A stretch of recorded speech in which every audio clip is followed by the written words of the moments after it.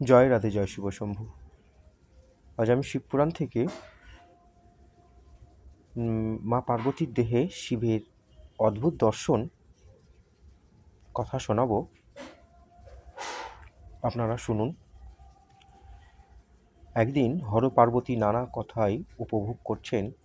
মহাদেব একবার মা পার্বতীকে বললেন, দেবী, তোমাকে আমি আজও বুঝতে পারিনি। আমি কত দৈত্যকে সৃষ্টি করেছি এবং তাদেরকে দেখে ভয় পেয়েছি। এই তো কিছুদিন আগে এক দৈত্যকে সৃষ্টি করে তার তেজ দেখে ভয় পেয়ে আমি তোমার মধ্যেই লুকিয়ে গেলাম।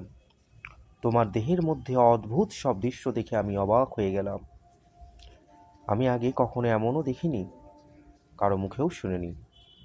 দেখলাম তোমার দেহের মধ্যে কোটি কোটি ব্রহ্মাণ্ড বিরাজ করছে। কত ব্রহ্মা, কত বিষ্ণু, কত মহেশ্বর। আবার একজন ব্রহ্মার কোটি কোটি মাথা। অষ্টসিদ্ধির সঙ্গে যে কত মহেশ্বর, তা অসংখ্য গণনা করা সম্ভব নয়। এইসব তোমার দেহের মধ্যে দেখে আমি ভয়ে বিহুল হয়ে পড়লাম। আমি যে কে তাও ভুলে গেলাম, কি ছিলাম, কি হলাম তাও বুঝতে পারছি না। এইভাবে কোটি বছর ঘুরতে ঘুরতে তোমার হৃদয়ের কাছে উপস্থিত হলাম। সেই হৃদয়ের অপরূপ সুন্দর, অপরূপ একটি পদ্মফুল দেখলাম,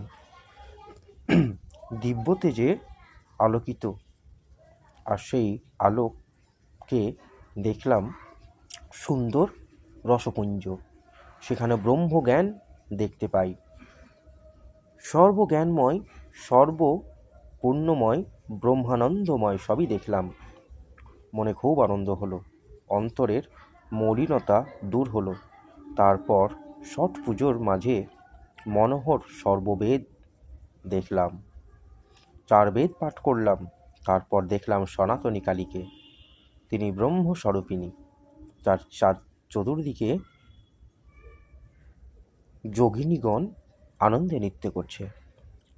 তখন এক আশ্চর্য জিনিস দেখতে পেলাম, যোগিনীদের সাথে দেবীও নাচছে এবং তার চিবুক থেকে 2টি ঘামের বিন্দু ঝরে পড়ছে। আর সেই 2 ঘাম বিন্দু থেকে ব্রহ্মা এবং শ্রীহরি নারায়ণের জন্ম হলো। তারা জন্মে দেবীকে দেখে ভয়ে পালাবার চেষ্টা করলে ব্রহ্মা এবং শ্রীহরি নারায়ণ তোমার পায়ের তলায় আটকে পড়ে যায় এবং তখন দুজনে কাঁদতে শুরু করে। তারপর আমি বিষ্ণুর পাশে গিয়ে জ্ঞান মন্ত্র দান করলাম, তাতে বিষ্ণু আমার মতো হয়ে গেলেন। ব্রহ্মার কাছে গিয়েও জ্ঞান মন্ত্র দান করলাম, তিনিও আমার মতন হলেন। এখন হরি আমার বাম দিকে আর ব্রহ্মা ডান দিকে বসলেন। একদিকে কালীর নাচ আর থামে না। এইভাবে 100 কোটি বছর কেটে গেল। চারিদিকে যোগিনীগণ, শিবগণ নাচছে, নানান বাদ্য বাজছে। তখন আমি ব্রহ্মা, বিষ্ণু, কালিকার বহু স্তব স্তুতি করলাম। প্রথমে ব্রহ্মা 1 কোটি বছর স্তব করলেন এবং দেবী বললেন, হে বিধাতা, তুমি সর্বশাস্ত্র জেনেছ, কাজেই তুমি সৃষ্টিকর্তা হবে। তারপর কোটি বছর ধরে বিষ্ণু স্তব করলেন। তখন দেবী বললেন, হে বিষ্ণু, আমার আদেশে তুমি বিশ্বকে পালন করবে। সব শেষে আমি 20 কোটি বছর ধরে স্তব করলাম। দেবী বললেন, হে শিব, তুমি আমার আজ্ঞায় সংহার করবে। তারপর আমি আবার 5 কোটি বছর স্তব করার পর দেবী সন্তুষ্ট হয়ে আমাকে বললেন, হে সদাশিব, আমি তোমার স্তবে খুশি হয়েছি, তুমি কী বর চাও বলো। তখন আমি প্রার্থনা করলাম, হে দেবী, তোমার চরণে যেন আমার মতি থাকে। আমার প্রার্থনা শুনে কালী বললেন, শুনুন সদাশিব, তোমার দেহে থেকে এক ঘোর দৈত্য জন্মালো, আর সেই দৈত্যকে আমি বধ করলাম।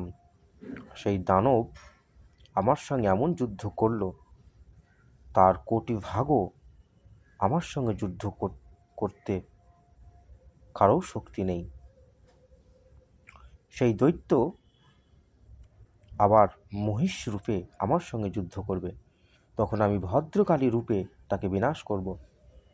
তখন আমার বাম পা তোমার হৃদয়ে রাখা থাকবে, তখন তুমি সব রূপ ধারণ করবে এবং তোমার ওপরে আমার আসন হবে।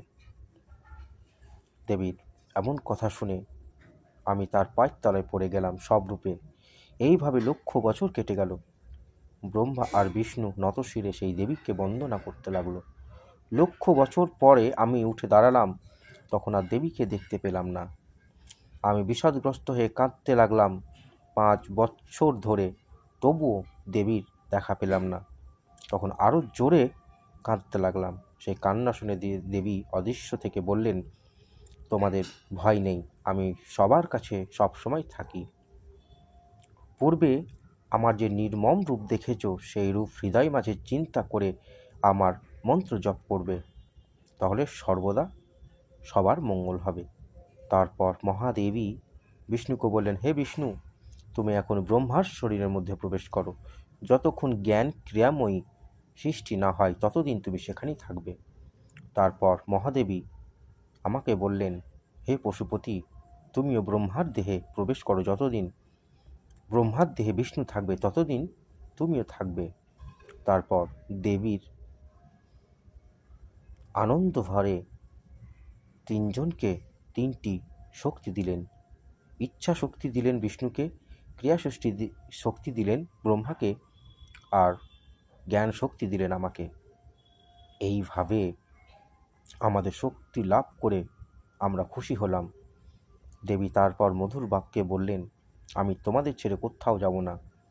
এমন কথা বলে দেবী 3 জনের দেহের মধ্যে প্রবেশ করলেন। আমি বিধাতার দেহে প্রবেশ করলাম। তখন বিধাতার জ্ঞান লাভ হলো। বিষ্ণুর জ্ঞান লাভ করে আনন্দ পেলেন। এইভাবে মা পার্বতীর শরীরে ভগবান বাবা ভোলেনাথ অদ্ভুত দর্শন পেলেন। জয় রাধে, জয় শ্রী।